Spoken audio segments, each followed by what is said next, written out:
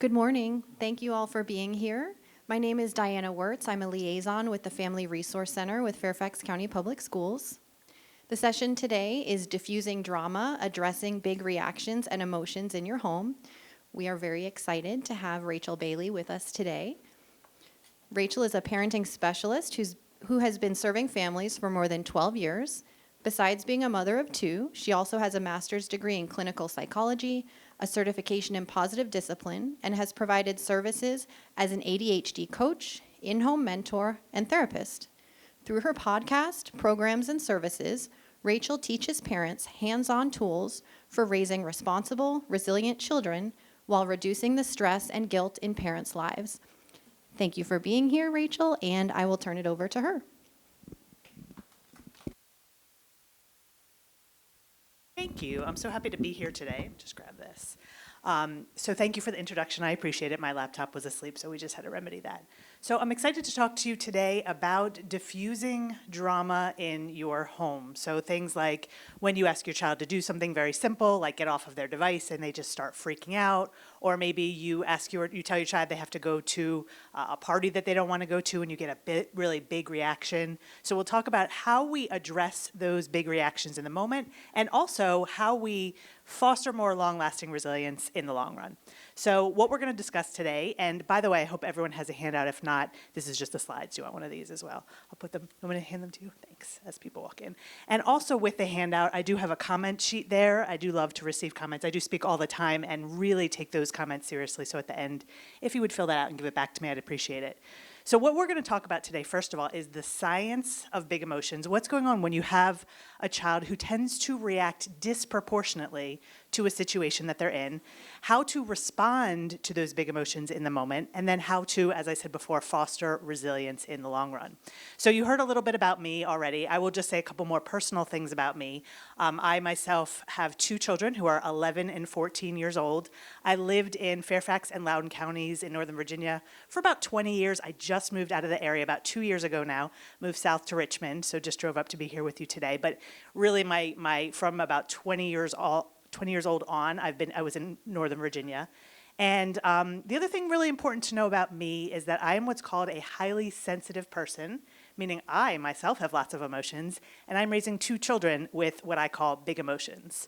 That's actually not my term, but so many people were using it, I started to use that term.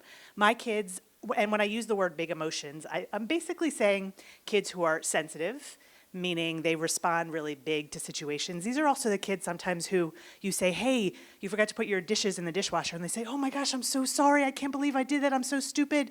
These tend to be what we call sensitive kids. Big emotions also refers to anxious kids, and I know I get asked to speak about anxiety all the time, but especially post-COVID, I probably speak about that at least once a week. So anxious kids, and also what are called strong-willed children. So children who you say, hey, can you go to bed, or can you do your homework? And again, you get these big reactions like, why do you always ask me that, or leave me alone, I've got this. I hate that you're always on my back. So those big emotions can be a little quieter, but they can also be a little bit louder. Now, I have two kids, and they both have big emotions. I have the sensitive type, and I also have the strong-willed type. So they both feel things really strongly, but they react very differently. The same thing underneath, though. These are obviously when my kids are a little bit younger. As I said, they're 11 and 14 now. So what we're going to do is, as we talk about how to diffuse drama in your home, I need to introduce a topic that you won't have heard the name of before. And that's because it's a name I use because I was a psychotherapist for a while, and this is something I used when I was at the psychotherapist. And it's something called the yuck factor. And actually, everybody who's ever seen me speak now starts to call me the yuck lady because I talk about it so much, which I'm not sure how I feel about that term, but I'm okay with it because once you understand yuck, you will really understand how to deal with the drama in your home. So the principle of the yuck factor, and by the way, yuck is a term I use to describe anything uncomfortable. So we're hungry, we're tired, we're frustrated, we're overwhelmed, we're disappointed, we're sad, we're angry. Any uncomfortable feeling, I call it yuck, because you'll see in a couple of minutes that our brain interprets any type of discomfort the same. Doesn't matter what type of discomfort it is. So I just call that a bucket of yuck. And the yuck factor is a really, really simple principle.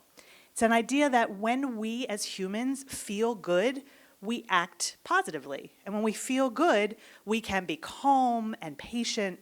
We can align our values with our behavior. So as a parent, when you're in a good place and you say, hey, I want to stop yelling at my kids, when you're in a good place, that's probably not that hard. However, when you are not in a good place, when you're in a place that I call yuck, maybe you're, you have so many things on your plate, you're overwhelmed with the things that you have to do, you are feeling frustrated with your kids, you're just feeling like I have no time to myself, you're in a place of yuck, you're going to behave and react to situations very differently. This is true of us, and this is true of our kids. So just imagine, from your perspective as an adult, imagine your kids are arguing. And you've asked them to stop, but they're arguing. If you're in a good place, maybe you've had a good day, you've had a good talk with your spouse or a friend, you don't have too much on your to-do list, if you can even imagine what this would be like. You're in a decent place, though, and your kids are arguing, you respond in one way. But if you're in a place of yuck, and you have had a bad day, one thing happened after the other, and your kids are arguing, you're going to respond differently. And what's interesting is that our behavior is actually more a reflection of how we're doing inside than what's going on around us. So we are very affected by our level of yuck. And there's a reason for this. Our brain is actually impacted by the level of yuck that we have inside. So there is a part of the brain, you've probably heard about this before, that allows us to act positively, to think about the big picture, to control our impulses, basically respond in a way that feels good later. That part of the brain is the prefrontal cortex. Most of you have heard of it. It's this front part of the brain right here. So this part of the brain allows us to have the responses that we want to have. And it also would allow our kids, when you say, hey, no, you can't go to your friend's house because you didn't do your homework, it would allow them to say, okay, that's really, really annoying, but I can handle that. I can see my friends in school, and have a pretty tempered response. Now, probably also know this part of the brain does not fully develop until the mid-20s, so they don't have the ability to respond maturely and rationally a lot of the time. But what happens in the brain, whenever anybody of any age is in yuck, again, it could be anything uncomfortable, it doesn't matter what it is, the brain just interprets all of that as bad. When we're in this place of yuck, our brain says, okay, I'm feeling these big feelings, these bad feelings, so that's a problem, and it turns on an alarm. And that alarm is our fight or flight response. And one of the first things our fight or flight response does is it shuts off access to any part of the brain or body that is not necessary for survival. So it shuts off access to that prefrontal cortex. So when the brain senses a threat, a problem, a discomfort, it goes into yuck and you see these big responses. Now, if you have a child who is sensitive or anxious or strong-willed, those are the terms you're probably familiar with, their brain is wired to be more sensitive to threats and problems and discomfort.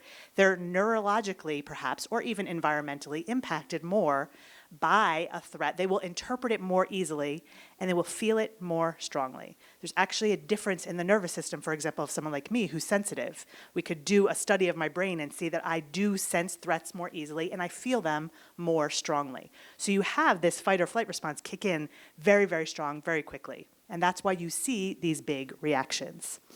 What happens when someone does go into yuck, when they're in this place where their brain senses a problem, is they don't act mature and responsible anymore.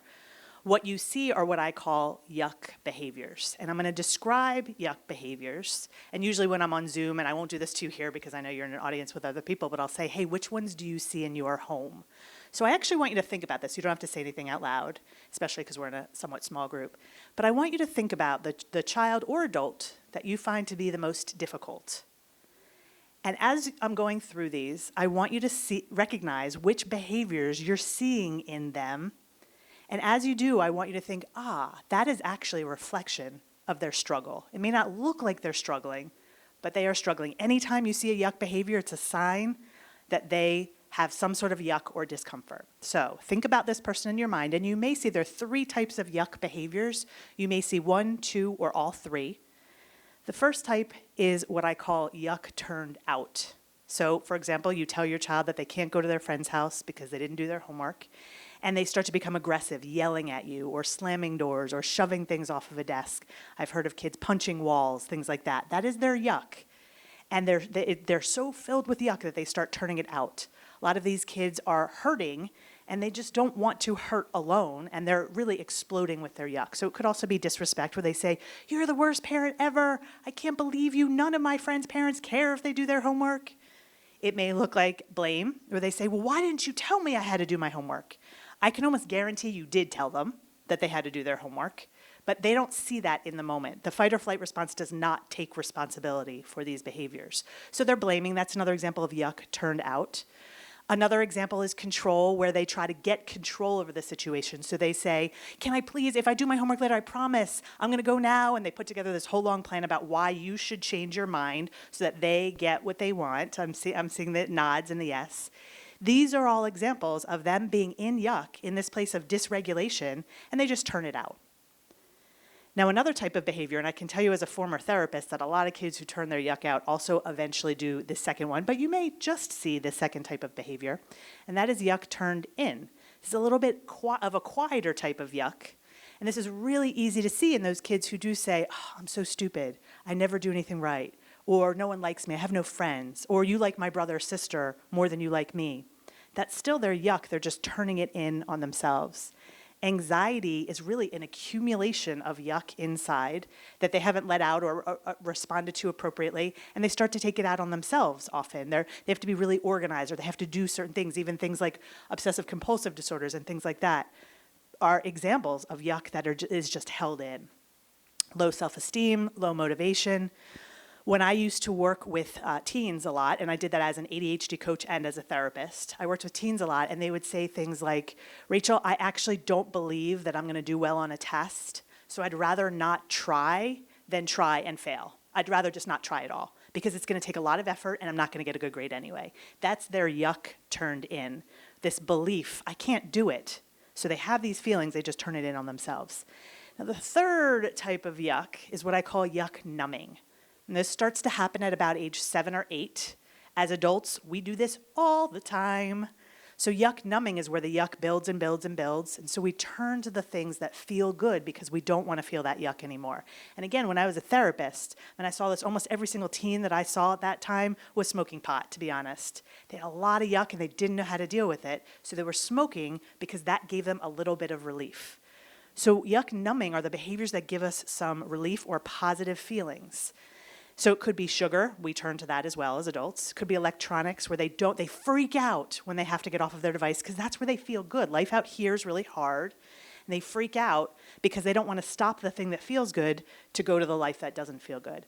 Other compulsive behaviors, alcohol. How many of us, and you don't have to acknowledge this here in this room, but how many of us at the end of a long day, we are going for that glass or bottle of wine? We do the same thing. And even if you go back to electronics, we do that too. We're scrolling on our social media, we're tuning into the news or sports or something like that. We're trying to numb ourselves. Busyness is another thing adults we do. We're so busy all the time, it numbs us, so we don't have to feel what we're really feeling. So these are the behaviors, and what I really would love for you to recognize is that these behaviors, none of which are acceptable. It's not okay for your child to yell at you. It's not okay. We don't condone pot smoking. We don't, want them to be in a place where they're saying they hate themselves. But these are not discipline issues. So many parents, when they came to me when I was a therapist, would say, Rachel, I've tried everything. My child is addicted to screens. I've tried everything. I've tried rewards. I've tried punishments. I've tried being nice. I've tried being angry. Nothing is working. And that's because we're trying to shape that behavior on the surface without dealing with the yuck. When we deal with the yuck, the behaviors go away. When we deal with the behaviors get bigger. So that person I had you imagine, that person, when you see these behaviors, they are in yuck, they are struggling. If we deal with the behavior, we are missing the boat. All right, so I want to talk about what usually happens, because until now you may have, but you might not have recognized that negative behaviors are a sign of yuck. So those negative behaviors may have put you into yuck. And usually what happens by the time parents get to me is they're in what I call the cycle of yuck, which is where you tell your child they can't go to their friend's house because they didn't do their homework. You see their yuck behavior. They're yelling at you, saying you're the worst parent ever, or they're slamming doors. And you see that behavior as a threat or a problem. Of course you do, until you know what's really going on. So that puts you into yuck, and you have some sort of yuck behavior. You start yelling at them. You start saying, if you don't stop doing what you're doing, I'm going to take away your phone for the next 2 weeks, or I'm going to not drive to your friend's house, or whatever I can do to inflict pain on you so you stop. That's a symptom of yuck. Remember, yuck turned out is I want to inflict pain on you. It's pretty common. It's the fight part of our fight or flight response. So you have a yuck behavior. It in turn creates more yuck behavior in them because you've just told them you're going to take away something they care about. Now they're yelling, they're crying, they're saying they hate themselves, they're saying they hate you, which obviously creates more yuck behavior in you, which creates more yuck behavior in your child. And this is the point at which you see these really, really big, dramatic situations. Now, I'm going to be honest. I also help families where the drama isn't necessarily this big. Again, it may just be a child who's saying mean things about themselves or a child who's anxious, but this can be the really obvious ones. I just like to use that example so you can see, even when a child is being quiet, if they're saying, I hate myself, and we say, oh my gosh, I don't want my child to think that they hate themselves. So we go into yuck and we say, oh, but you're such a great kid. That's actually a reflection of our yuck. We're trying to make them feel better. Believe it or not, that makes them feel worse because they're not thinking, you're right, I'm a great kid. They're thinking, mom or dad don't get it. So what happened was they were in yuck. We went into yuck because of their yuck. We tried to make them feel better, and all that does is it creates more yuck behavior. If you don't know this cycle, it's very hard to break out of it. And again, it's not always that loud and explosive, but it does tend to be very circular, and you can feel very helpless and hopeless and stuck. Now, this strategy where we are seeing yuck behavior, we're triggered by it, and we go into yuck, I call this Band-Aid parenting. So I have a podcast that has over 300 episodes at this point, and I really differentiate what I call Band-Aid parenting, which are the strategies we learned from our parents. It's when our kids are being disrespectful or blaming or controlling, we're punishing them, we're even rewarding, doing behavior charts, we're trying to change the behavior on the surface. I call that Band-Aid parenting because we're not addressing the real issue. Now you know one of the real issues is that there's yuck. So Band-Aid parenting is where we're just trying to change things on the surface and we get caught in this cycle because we're not really addressing what is going on. So now that I've set up this really depressing, awful scene, and I've basically said, don't use any of the tools you have, I'm going to tell you what to do instead. And these are things you can start to do right away. They will have a change on you first, where you actually feel more in control, but I will tell you, because I've helped 4,000 families at this point, they will also eventually have an impact on your child. And this is what I call long game parenting. So I differentiate Band-Aid parenting, which is basically what we learned, what we hear, the typical behavior modification, even emotion modification, where our child is anxious and we say, oh, you'll be fine. Or they're sad and we'll say, cheer up, everything's okay, you're a great kid, you're not stupid, you did so well on that math test. We're shifting from that, where we're just trying to change what's happening in the moment, to long game parenting, which is where we're actually addressing the issues. So I tend to get very practical. This is I mentioned I'm sensitive. I also have some anxiety that I work on all the time, but my anxiety means I'm a very step-by-step practical person. So whenever I talk to parents, I'm going to give you what do you say, what do you do, step by step, because that's what I like. So I'm going to literally tell you what to say and do in these situations when your child is having a big emotion, and I'm also going to tell you what to do to foster more resilience. So what do we say?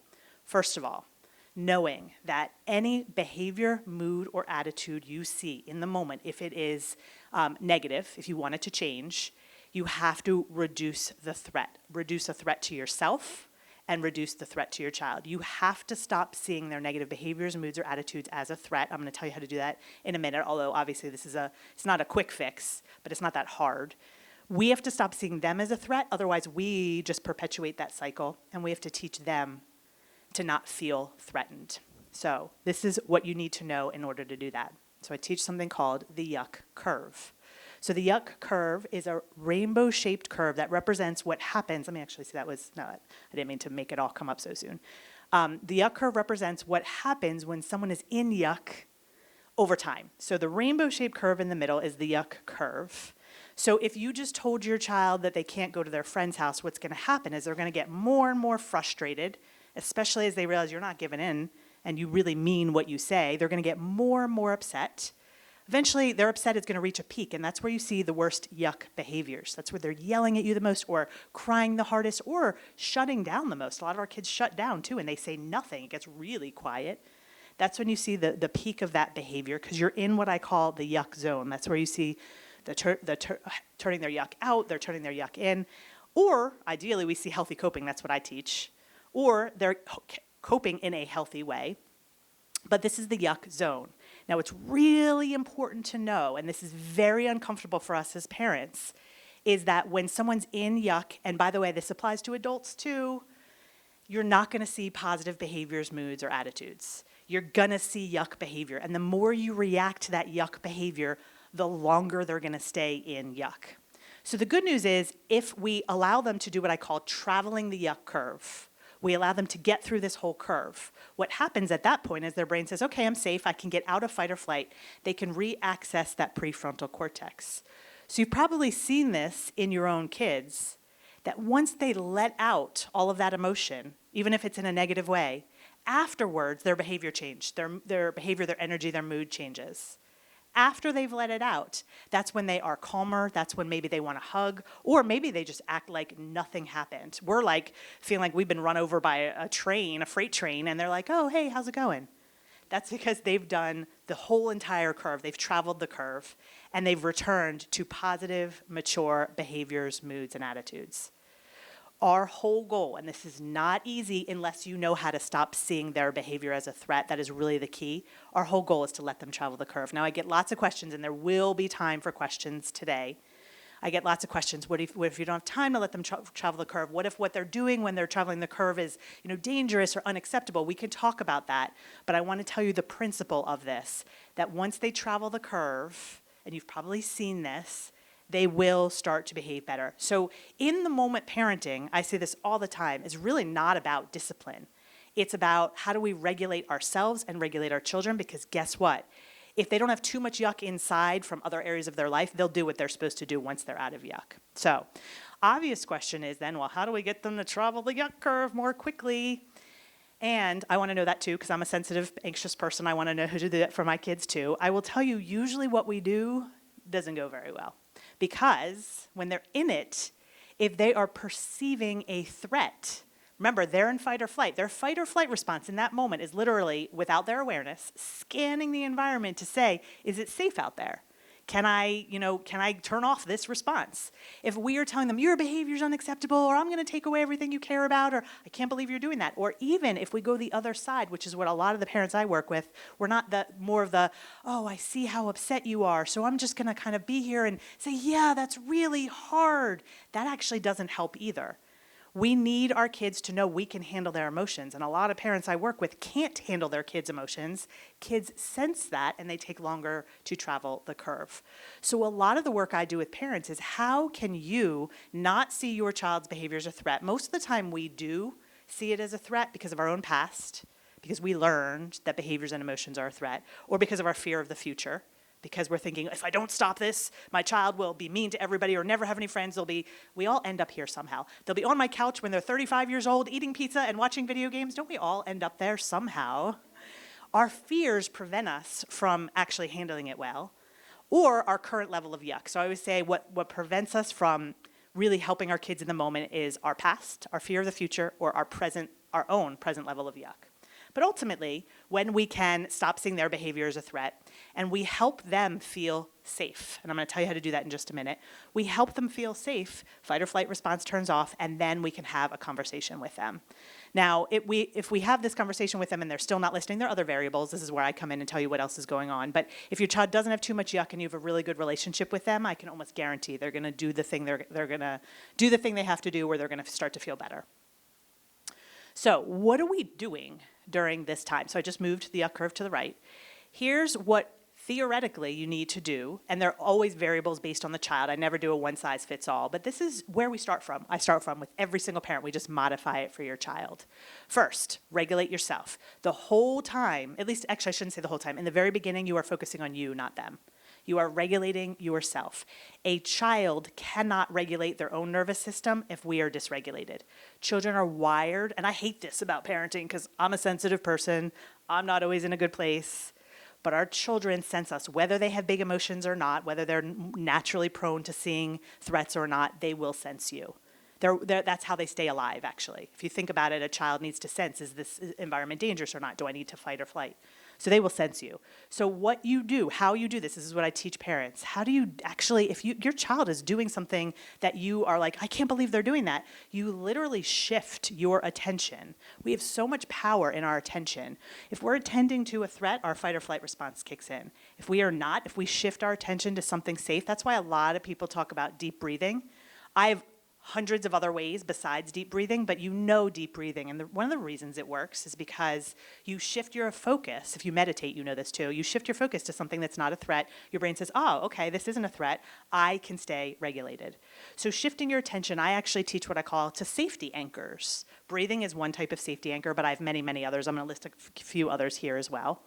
And you're literally modeling what it looks like to stay regulated. The irony that I have found in myself as a parent, and I've actually worked with parents for longer than I was a parent, but the irony I find now that I've been a parent for 14 and a half years myself, is that we want our kids to stay regulated when things don't go well. We don't stay regulated when things don't go well. So I'm telling you to stay regulated when your child's doing something. You're like, what? Are you kidding, Rachel? But that's what we're expecting our kids to do. So we have to learn it first, for better or worse. This is a lot of the work I do with parents, a lot of the work I do myself on a daily basis for my own nervous system. And then when we are regulated, it actually teaches their brain that they are safe. So let me give you some other safety anchors. Again, I have so many of these, but I just want to give you some others. A mantra is a really, really simple way to shift your attention from your child to something that will actually calm yourself down. So this one says, my child is having a problem, not being a problem. I love that one. A lot of parents that I work with use that one, just a reminder. Or another simple reminder, this is not a threat. This is not a threat, because genuinely in that moment, unless there's aggression happening, it is not a threat. Just anchoring your brain, shifting your attention, noticing, oh, I'm starting to get sucked in, literally shifting your attention will start to calm you down. It's incredible how powerful it is. Lots of cognitive exercises. I know from having lived in Northern Virginia for so many years, and myself, I'm a very cognitive, in my head type of person, kind of, that intellectual person. So I love cognitive exercises. One that I do is I go through the ABCs, skipping a letter. I go A, C, E, and the further I get, the more obviously I'm like, oh, my kids must be doing something, or something's happening. So, but it's going through the alphabet, skipping a letter. Another really good one, this is actually cognitive and sensory at the same time, is a rainbow search. A rainbow search is where you're looking around the room for the different colors of the rainbow. Look for 3 red things, 3 orange things, 3 yellow things. Again, it's just shifting your brain's attention so that it sees there's no threat. Because what's cool about our brain, well, let me start with what's bad about our brain is that it gets sucked into threats really easily. The cool thing is that our brain doesn't know if there's a threat unless we tell it there is one. So if we're attending to the threat, we're saying this is a problem. If we shift our attention, we're telling our brain we're okay. So those are some examples of cognitive exercises. A lot of people need to move. A lot of kids need to move when they are in yuck. So movement, so walking around the edge of the room if you need to. And a lot of parents will say, especially if you have older kids, will say, well, what are my kids going to think while I'm doing this? Very honestly, I want your kids to look at that. The first few times that you do this, they're actually probably going to be like, whoa, what's going on? That's going to help them shift out of yuck. The novelty will wear off. But what you're doing if you walk around the room is you're showing that, hey, I'm dysregulated.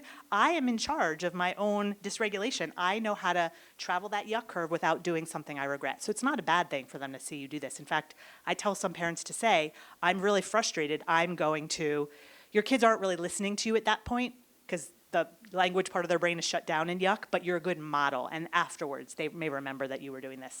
They certainly remember when you don't regulate. So better that they remember that you do try. All right, what are we saying to our kids? So now we've gotten ourselves regulated. What do we say to them? Remember, the whole goal is to make them feel safe. We are not condoning behavior. We're not saying, oh, it's okay that you were disrespectful to me. That's not what we're saying. We are helping them feel safe because we are absolutely, with 100% certainty, going to talk to them about the disrespect. We're just not going to do it in that moment because it's completely ineffective. So what do we say to them? You're not going to say very much. In fact, I say to all of the parents I work with, less is more. Just like put that somewhere on your walls everywhere. Less is more. If you're going to say anything, it's one thing that shows you are not against them. Their fight or flight response is very sensitive. And as humans, we are wired to be loyal to the people who are on our side and go into fight or flight when people are not on our side. If we want to get them to travel the curve more quickly, we have to show them we're on our side. So it may be something like if your child wanted to go to their friend's house, you may say something like, yeah, you've been planning that for 2 weeks. Now, they may say, oh, are you going to let me go? I mean, I have lots of scripts that I work with parents on. They may say, are you going to let me go? And you're still going to stay regulated and deal with that as well. But your goal is to show them you are on their side and you are regulated. This is how you make a child feel safe. I'm on your side, I'm regulated. I don't necessarily agree with your behavior, but I'm on your side in this moment, and we'll talk about the behavior later. And I have lots of scripts too for how do you bring it up later so that they don't go back into yuck, etc.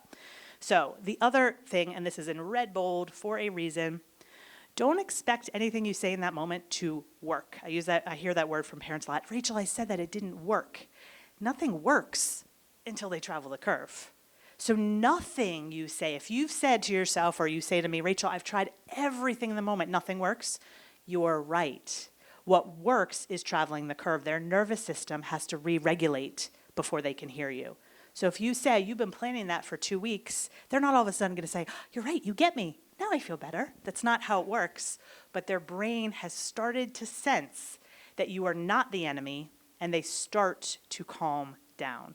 So expect when a child is in yuck, expect it to take a little while for them to get out of it.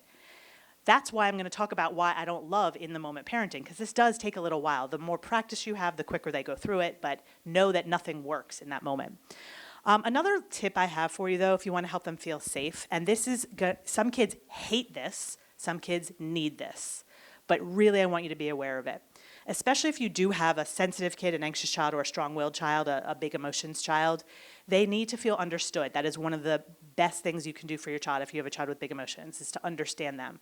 And often you learn, like even I'm saying, when they are upset, you want to stay regulated. Notice I've never used the word calm. Calm and regulated are two different things. There are a couple reasons. Number one, you could be calm on the outside, but underneath you're not. They sense that you're not, so you can't fake it, unfortunately. Fight or flight response is too smart for that. The other reason I don't say calm is because kids with big emotions, if we are calm, if we say, yeah, you really wanted to go to your friend's house, and they're like at a level 8 of, oh my gosh, I can't believe I can't go, we've been planning this, I'm letting everyone down, and you say, yeah, you really wanted to go to they just feel misunderstood. So we need to think about the intensity with which we're communicating. If we say, you really didn't want to go, they just go more deeper into yuck. You don't get how bad this is, you never understand me. Saying this with a little bit more intensity, saying, you have been planning that for 2 weeks. I saw how hard you were working on that. Just a little bit more intense. Again, some kids hate that. Some kids need that. So you can think about it as you're sitting there. If we were on Zoom, I'd be like, put in the chat what you think, but I won't make you do that here. Just think about, would your child love that, need that, or would your child hate that? So I tend to find it's pretty polarized. I learned that as a therapist pretty quickly. All right, so another example of a phrase you might use, cleaning up is the last thing you want to do right now. This is not meant to say, you don't have to clean up. This is meant to show them that you are on their side. Now, I do want to, and then stop talking. That's the last thing I should have remembered that's there. Then zip it. We all talk too much when our kid's in yuck. The more we talk, the longer it will take. So remember I said less is more. The more we talk, the longer this takes. Because when we are talking, we're trying to convince them not to be upset, to see our point of view. None of that helps. Even if we're talking and we're on their side, they can't process it. This is a natural process that every human being is built in with. It's built in. Traveling yuck curve, we all do it. We delay it for our kids when we talk too much, when we try to convince them, when we tell them everything that they're doing wrong. So what I really want to do is you're thinking about what do I do in the moment? I put this in purple so it stands out. Your measure of success when your child is having a big emotion is not, did I get them to stop? Your measure of success is, did I regulate myself? How frustrating is that, right? I know, I feel the same way. If I could be sitting down there with you right now, I would be, because it's annoying, it's frustrating. This is the science, though, unfortunately. And then, did you make the cycle of yuck worse? Or did you break the cycle? Because you're thinking, this is not a threat. I can handle this. I can regulate myself, and I can help my child regulate. That is your measure of success, not how quickly did I find the best thing to get my child to snap out of it. I will tell you this as a therapist, even if you got your child out of it, their yuck didn't actually go away, it just went down, it went underground. And that is what I saw when I was a therapist, because again, I saw teens, they had so much yuck inside. So maybe their parents were successful in, making it stop right away, but it just went underground. That's when you see a lot of the yuck numbing behaviors that are very concerning. All right, so last thing I want to teach you though is, okay, in the moment, this is not fun. You don't always have time to travel the yuck curve. I will answer that question at the end, just being mindful of the time. You don't always have time to let them travel the curve, and it's not always fun. It can be a lot of energy. You have other kids, you have other things. So how do we reduce the drama to begin with? I'm just going to give you an overview of how we do this and then some practical tips. So fostering resilience. Resilience basically happens, or I should start with non-resilience. Big emotions happen when someone's yuck is bigger than their skills. When someone has a lot of yuck and they don't have a lot of coping skills, you're going to see those big negative reactions. But when we start to reduce some of their yuck, and importantly, we teach them skills, the behavior changes. And you can even think about this from your perspective. You probably have, as an adult, some coping skills. So when you're in yuck, you can handle it to a certain degree. But if your yuck starts creeping up and creeping up and creeping up, eventually your skills can't handle it anymore and you're going to freak out. It's really the relationship between yuck and skills that's going to determine whether someone is resilient or not. It's not just, a lot of people, if you just Google how do you create resilience, the first thing you might see is, well, for kids to be resilient or adults to be resilient, they need to be exposed to hard things. That's certainly true. I've been a parenting expert through the years of lawnmower parenting and helicopter parenting and snowplow parenting. I talk about that all the time. Don't do too much for your kids. They won't be resilient. But it's not just exposure to hard things, because if that were the case, then anybody who'd had a hard life would be resilient, and we know that's not the case. It's how much yuck have they been exposed to, plus how are their skills. A lot of people struggle because they have a lot of yuck and not a lot of skills. So we're really looking at that relationship. When their yuck is higher than their skills, you're going to see yuck behaviors. Resilience happens when skills are bigger than yuck. So what do? We take this seesaw and we just reverse it. We reduce unnecessary yuck, not all yuck, because then they're not resilient, and we increase coping skills. So what I want to do for the rest of today is just give you a couple of examples of what do we do to reduce yuck, how do we teach coping skills. This is the gold. This is really what I spend most time on with parents is, number one, how do we not see their behavior as a threat? Number two, how do we reduce their yuck? Number three, how do we increase their skills? That's really what my programs are all about. So let's talk about reducing yuck. So one of the best ways, there are lots of ways to reduce yuck, but one of the best ways is to do what I call making deposits. Now, a lot of parents hear this and they say, but Rachel, I make deposits. I buy my son his favorite, I cook him his favorite dinner, his favorite food. Or I take my daughter to the mall all the time. I guess you don't really do that much these days anymore, but in my day, that's what you did. I buy them things. I take them on vacations. I make deposits all the time. Those are deposits into wants. And it's very easy to do deposits into wants, because when we're depositing into wants, we get immediate feedback. We see a child happy for the moment. What I'm talking about are deposits into needs. I will tell you, if you're constantly depositing into wants, you will raise, and you may not be in this place, but maybe you're in this place. If you're always depositing into wants, where you are giving them what they want, buying them things, where you get that temporary smile, then you are going to raise a spoiled, entitled child. Depositing into wants leads to spoiled, entitled behavior. Depositing into needs is what I'm talking about. So let me just tell you, there are 5 emotional needs that I look at as a clinician. And when I'm looking at why is a child in yuck, or an adult, because we have these needs too, which of these needs, and I refer to these as like accounts, which of these accounts is low? Which of these needs has more deposits than withdrawals? So if you think about it, I'll just pick a couple here. Connection. So if a child feels left out, if they feel like they don't have a lot of friends, they don't really fit into their family, those are examples of withdrawals. If they're not getting deposits to make up for that, then they're going to be in a lot of yuck. Or another one, a lot of kids with big emotions are low in the area of significance. So significance is the need to know that we matter. And often what we do to our kids is we say something like, I know you don't want to get off of your device, but it's time to come to the dinner table. That right there is immediately telling them, I know you have this perspective, but it doesn't matter. That's a huge withdrawal. If we're doing, and believe me, I do that sometimes too. If you're saying that, don't worry about it. But that is a withdrawal, because we're basically saying, I don't care what your perspective is. We do that all the time to our kids. So we are making lots of withdrawals. We're not making enough what I call deposits. So deposits are actions we take that fill these accounts. So let me give you some examples. Super simple. By definition, the way I describe deposits, they should take a minute or less. So asking them what they care about. We often ask them about things that we care about. How was that test? How are those friends that I don't really want you to be friends with, but I'm pretending that I do? How were you nicer to your brother or sister? Did you clean up? Did you do the laundry? We're asking them about things we care about. We need to ask them things that they care about. And I always say you get even more bonus points if you ask them about things that they know you don't care about. How is that video game? How's that going for you? Because what they hear is, they know you don't care about the game, but you're showing you care about them. So it's really important to ask what they care about. Another thing is to defer to them as an expert. This is also a really easy one. Asking them about things you know they're good at. You're not tricking them. This isn't like, parents will say, my child will see right through that. There's nothing that I teach that's a trick or a manipulation. We genuinely want to show them that what they are an expert in matters.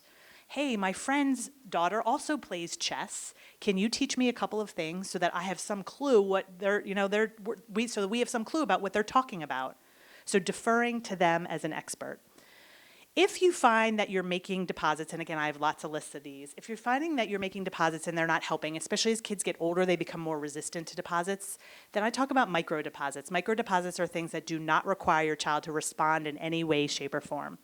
Micro deposits are things related to your own energy and thoughts. They don't require your child to do anything. For example, assuming best intentions. So if you have a rule in your house that your child must put their phone away by 10 o'clock, if you have an older child, put their phone away by 10 o'clock and they sneak it out.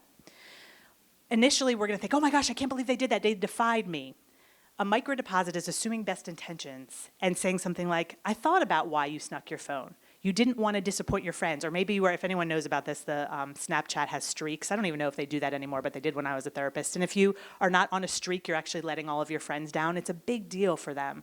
So just instead of saying, I can't believe you did that, assuming there's a reason, oh, you would have let all of your friends down. Assuming best intentions changes your energy 180 degrees, and it becomes a deposit into your relationship. It actually increases your influence. Another example of a micro deposit is to notice your words and energy when you approach a child or when they approach you. Often when our kids approach us, we say, again, things like, did you do that? How, did you study for your test? And we have a very negative emotion. We need to approach them with an emotion that shows that we're on their side rather than against them. So again, micro deposits really come from your own mindset, your own energy. All right, last thing I'm going to teach you, because I'm aware of the time and I want time for questions. Last thing I want to teach you is, okay, then and by the way, making deposits is a big topic. I could talk more about it if anyone has questions, but wrapping up with teaching coping skills. This is a 6-week class that I teach, so again, I'm going to go very high level, but I want you to know what this looks like. How do we teach our kids to not freak out? Because when they have these coping skills, they can handle it when you say you can't go to your friend's house. First, teach them to handle discomfort. I would say about 5% of the human population well, maybe it's a little bit more. That's from my own head. Maybe 25% of the human population knows how to handle discomfort in a healthy way. Most of us do not. So a lot of the work I do with families is you're going to learn this alongside your child, because most of us have not learned this from our own parents.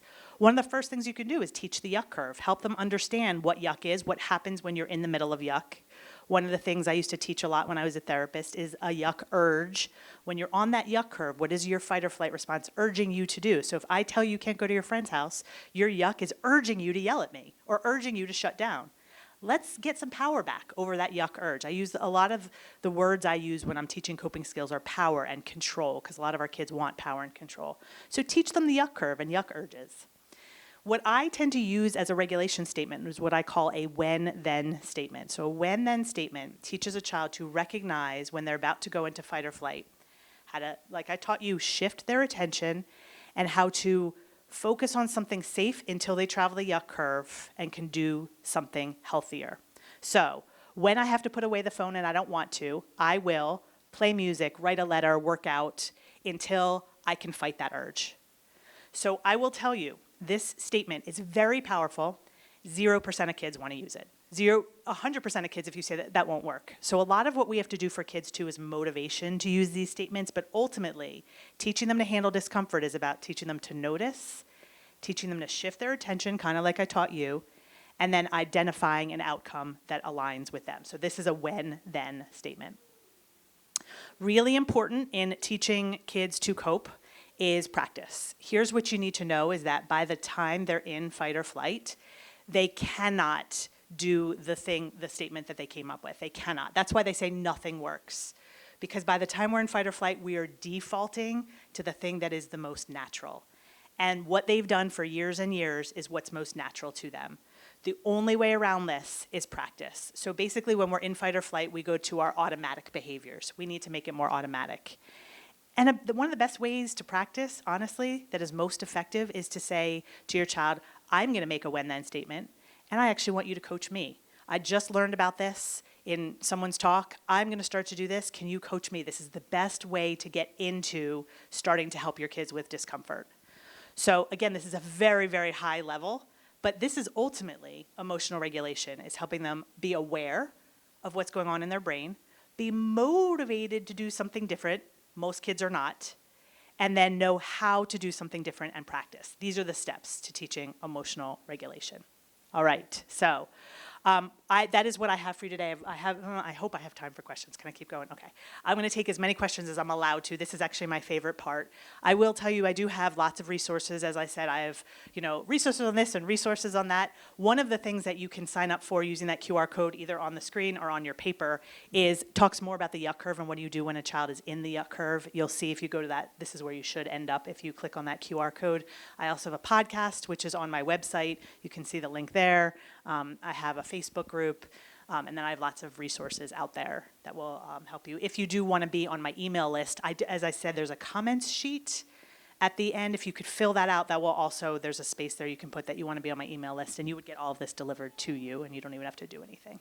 So if you don't mind, filling out that comment sheet would be great. I love to see those and then take them with me. I can add you to the list. If you want some support, you can indicate it there. But for now, I would love to answer any questions. I know I went through that really fast. It's a lot of information. So if you want to know how to tailor it to your situation, I'm happy to answer. Otherwise, I'll answer some common questions. Yes? I have two kids, right? And one, the younger one, always has big emotions whenever the older brother does something. Yes. And it's huge reaction, like, I hate my brother, whatever, right? It's a big emotion. And how do you, I guess, respond to that while making sure that you're not putting the blame on And the other child? Yeah. Yeah. Because that other person may not have done the wrong thing either. So it's just like, Yes. So I will tell you that I'm going to give you the in-the-moment response. So the question was, if you have two children and one of them says something about the other, has a big emotion, saying something about the other, how do you balance that when you have two kids with multiple needs? So I'm going to tell you what to do in the moment, but I'm also going to emphasize that this is actually going to be resolved outside of the moment. But in the moment, ideally, what you do is you actually, you're not a judge. One of the things to stop doing in the moment when you have siblings is judge who was right, who was wrong. That's the worst thing you can do because you don't really know what happened, and it also makes their relationship worse. You observe. You go from judge to observer. Hey, you're really mad because your brother did this. You're really frustrated because your brother did this. You're just observing. It's almost like you're a radio announcer. That's how you don't take sides in the moment. Outside of the moment is when you're dealing with a lot of that, though. Your child who gets upset when their brother